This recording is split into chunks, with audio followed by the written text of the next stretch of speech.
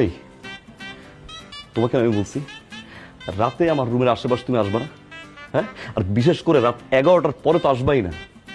আসছো আসছো বেশ ভালো কথা। এই যে এই জিনিসটা পড়ছো এটা কি? এটা তো আমি ইংলিশ মুভিতে দেখছি, এগুলো পরে ব্যাংক ডাকাতি করে। আমি তো আর এখানে ডাকাতি করতে আসি নাই, আপনার কাছে তো ডাকাতি করার কিছু নাইও। আমি তো আসছিলাম গুড নাইট বলার জন্য। আর তুমি এগুলো পরে আসছো আমার সামনে গুড নাইট বলতে?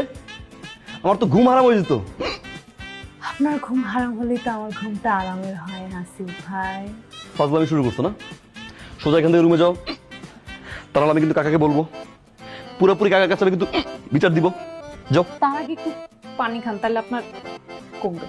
আমার পানি খাওয়া নিয়ে তোমার টেনশন করতে হবে না, আমি খাচ্ছি। Good night. গুড নাইট বলতে পারছি। ফাজিল মেয়ে, একটা অসভ্য, তুমি একটা সীমা থাকা উচিত। শিক্ষকের সাথে বেয়াদবি, শিক্ষক হচ্ছে বাবের মতো, হ্যাঁ? তার সাথে বেয়াদবি।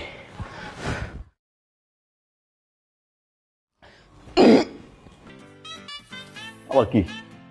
হিচকি কমছে? পানিতে না কমলে চিনতে কাজ।